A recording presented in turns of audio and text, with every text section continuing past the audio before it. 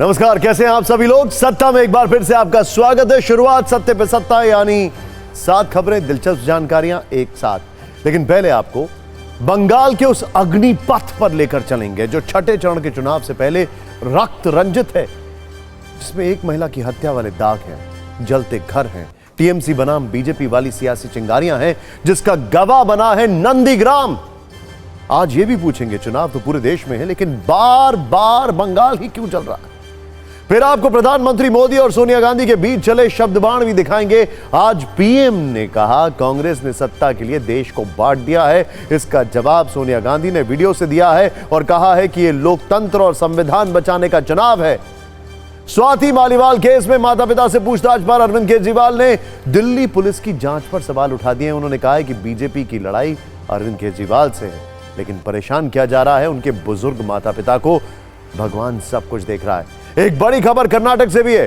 पूर्व PM H D Deve Gowda ने अपने पोते और यौन शोषण के आरोपी प्रज्वल रेवन्ना के नाम ओपन लेटर लिखा है। उन्होंने प्रज्वल से अपील की है कि वो जहां भी हैं वापस आकर कानूनी प्रक्रिया का सामना करें और सब्र का इम्तिहान ना लें। सत्ता में आज न्यूज मित्रों के लिए ड्राइविंग लाइसेंस वाला शुभ समाचार भी है। अब आपको ड्राइविंग लाइसेंस के टेस्ट के लिए बार बार आरटीओ जाने की आवश्यकता नहीं होगी। लेकिन यह टेस्ट अब कहां होगा, कैसे होगा, इसका जवाब सत्ता की सुपरफास्ट कुंजी में देखिएगा। आज एक दर्दनाक खबर मुंबई से सटे थाने से आई है, जहां डोंबिवली की केमिकल फैक्ट्री में बॉयलर फटने से 4 लोगों की मौत हो गई, 30 से ज्यादा लोग घायल हो गए। धमाका इतना तेज था कि आवाज 3 किलोमीटर तक सुनाई दी और आसपास के घरों के शीशे तक टूट गए। और सत्ता में एक कुंजी उस ताइवान पर, जिसे चीन ने अपने हथियारों के साथ चारों ओर से घेर लिया है। इस वॉर एक्सरसाइज को जिनपिंग ने पनिशमेंट ड्रिल का नाम दिया है और कहा कि ताइवान को अपने राष्ट्रपति के बड़बोलेपन की सजा मिलेगी।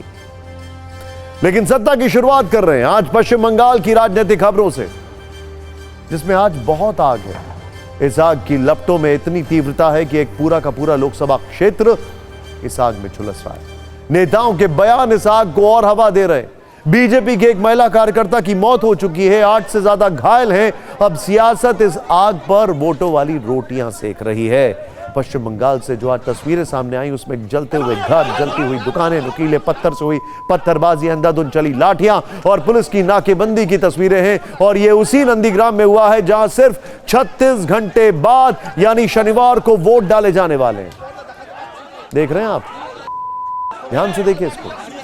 उससे पहले आज वहां मरने और मारने वाला हालत बने हुए हैं। अब इसको लेकर फुल राजनीति हो रही है, झुलसाने वाले बयान आ रहे हैं, ताकि आग की गर्मी तब तक बरकरार रहे जब तक चुनाव खत्म नहीं हो। इसीलिए आज हमने पश्चिम बंगाल में हिंसक आग पर सत्ता की कुंजी बनाई है। अब शुरुआत से समझिए कि पूरा मामला है क्या। 25 मई को नंदीग्राम में चुनाव है। स्थानीय सूत्रों से मिली जानकारी के मुताबिक कल 22 मई की रात को बीजेपी के कार्यकर्ता मनसापुर इलाके में गश्त कर रहे थे। तभी कुछ लोग धारदार हथियार लेकर वहां पहुंचते हैं। उन्होंने इन पर हमला कर दिया। इसी हमले में बीजेपी की एक महिला कार्यकर्ता की मौत हो गई, 8 कार्यकर्ता घायल हो गए। घायलों को अस्पताल में भर्ती कराया गया। बीजेपी का आरोप है कि हमला तृणमूल कांग्रेस के कार्यकर्ताओं ने किया। इस हमले के बाद पूरे इलाके में तनाव बढ़ गया है। हमले के खिलाफ में बीजेपी ने आज नंदीग्राम में विरोध प्रदर्शन निकाला, पूरे इलाके को बंद करने का ऐलान किया। नंदीग्राम में कई जगह पर सड़कों को ब्लॉक कर दिया। स्टेशन, शहर के पुलिस स्टेशन के बाहर भी प्रदर्शन किया गया। बीजेपी के प्रदर्शन को बढ़ता देख बड़ी संख्या में पुलिस फोर्स की तैनाती हुई। सड़क खुलवाने के लिए कई जगहों पर लाठीचार्ज किया गया। इसमें भी कई लोगों को चोटें आई। गुस्से में प्रदर्शनकारियों ने सड़क किनारे कुछ घरों, दुकानों में आग लगा दी। फिलहाल नंदीग्राम में क्या स्थिति है और आज क्या क्या हुआ, इस पर ग्राउंड जीरो से हमारे पास रिपोर्टर रील आई है, उससे आप देखिए, फिर आपको इस मुद्दे पर राजनीतिक बयानों की तपिश दिखाएंगे।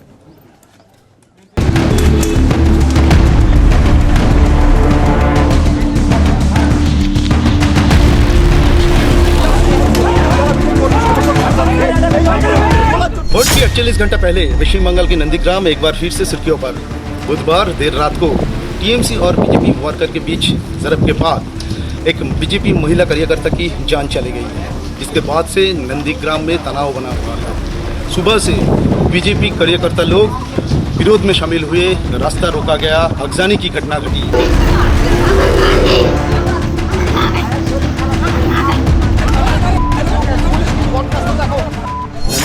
शांत था वो शांत को अशांत करके गया है। इसका फल हमने देखा है कि अभी हमारा एक कर्मी अभी मर्डर हो गया है और 2 कलकत्ता में वहाँ पे भर्ती हुआ है नर्सिंग होम में, और 7 हमारा जो कार्यकर्ता है वहाँ पे नंदीग्राम हॉस्पिटल में भर्ती है, ठीक है ना। वो तोलामूल प्राइवेट लिमिटेड, उनको मालूम हो गया कि नंदीग्राम से 50,000 से ज़्यादा वोट से बीजेपी यहाँ पे जीतेगा।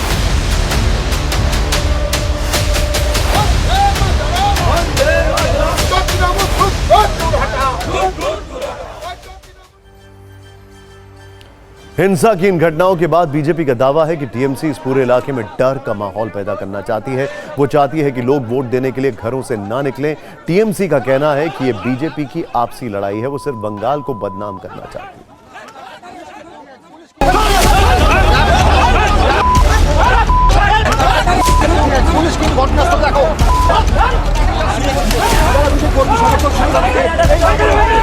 पश्चिम बंगाल में जब भी चुनाव आते हैं वहाँ बम बंदूक के धमाके शुरू हो जाते हैं। बैलेट के ऊपर बम और बंदूकें और बुलेट भारी पड़ती नजर आती है और महिलाओं के प्रति हिंसा, अत्याचार ये ममता जी के राज में खुलकर देखने को मिल रहा है। शर्मनाक बात है लोकतंत्र के लिए और शर्मसार किया है ममता बनर्जी जी और उनकी सरकार में। नंदीग्रामेर घटनार संगे तृणमूल कांग्रेस कोनोभावे जड़ित नয়। नंदीग्रामेर যে মৃত্যুর ঘটনা ঘটেছে দুর্ভাগ্যজনক, কিন্তু সেটা কতটা রাজনৈতিক যদি হয় সেক্ষেত্রে বিজেপির গোষ্ঠীদ্বন্দ্ব ওই এলাকায় তীব্র, ফলে সেখানে আদি বিজেপি বনাম নব্য বিজেপি সেই জায়গায় সংঘাত তীব্র হয়ে রয়েছে।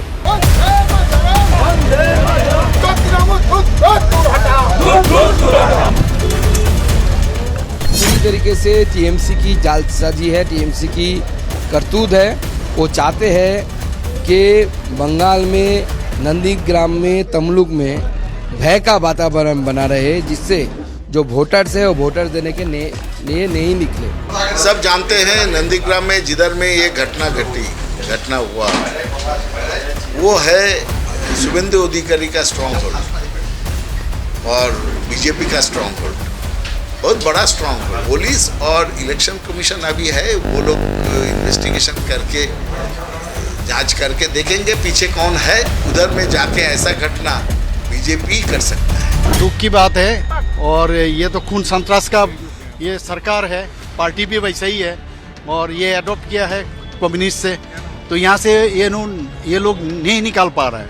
और मैं समझता हूँ अभी भी इसको मैं निंदा करता हूँ और जितना जल्दी हो जो कल्प्रिट है उनको अरेस्ट किया जाए। वापस में लड़के एक औरत को मार के इसका जिम्मेदारी तृणमूल को देने की कोशिश कर रहे हैं, तृणमूल को मेलाइन करने की कोशिश कर रहे हैं। लेकिन ये अच्छी तरह जान के चलिए इसमें कुछ असर नहीं होने वाला है। एडमिनिस्ट्रेशन स्पीडी स्टेप लेना शुरू कर दिया है, इन्वेस्टिगेशन शुरू हो गया, एक भी कल्प्रिट बचेगा नहीं।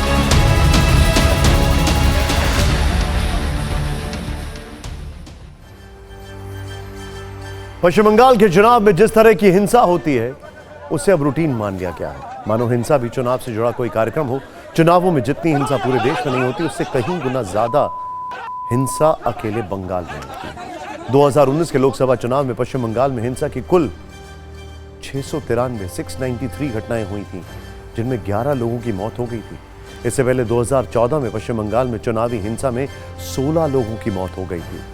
लोकसभा की तरह पश्चिम बंगाल में विधानसभा चुनाव में भी जमकर हिंसा होती है। 2021 के विधानसभा चुनाव में 14 लोगों की मौत हुई, लेकिन बीजेपी ने दावा किया कि 37 कार्यकर्ताओं की हत्या हुई है। पंचायत चुनावों में हिंसा एक वेब सीरीज की तरह होती है, जिसमें विधानसभा और लोकसभा के बाद पंचायत चुनाव वाली हिंसक पिक्चर भी रिलीज होती है। और सबसे खतरनाक बात यह है कि स्थिति और ज्यादा खराब रहती है। 2023 में पश्चिम बंगाल में पंचायत चुनाव में करीब 27 लोगों की हत्या हुई। 2018 में चुनावी हिंसा में करीब 40 लोगों की हत्या हुई, जबकि उससे पहले 2013 में 39, 2008 में 36, 2003 में 70 लोगों की राजनीतिक हत्याएं हुई। और अगर पीछे जाएं 1990 के पंचायत चुनाव के दौरान हिंसा में 400 लोगों की मौत हुई थी। पश्चिम बंगाल में चुनाव के दिन और चुनाव के बाद हमेशा हिंसा आम बात हो गई। विधानसभा चुनाव के बाद हुई हिंसा में तो लोगों को पलायन करना पड़ा था, लेकिन इस बार तो नंदीग्राम में चुनाव पूर्व हिंसा शुरू हो गई है। वैसे चुनाव को लोकतंत्र का उत्सव या त्योहार कहा जाता है, लेकिन पश्चिम बंगाल में चुनाव वाले इस त्योहार का खूनी सच यह है कि वहां चुनाव बिना हिंसा के पूरा नहीं हो सकता। वहां हिंसा की ताकत से वोट की ताकत का दमन होता है, हिंसक माहौल में नफरत का एजेंडा चलता है और लोकतंत्र घायल होता है। इस सब के बीच में पश्चिम बंगाल में ओबीसी वाली सियासी आग भी लगी हुई है।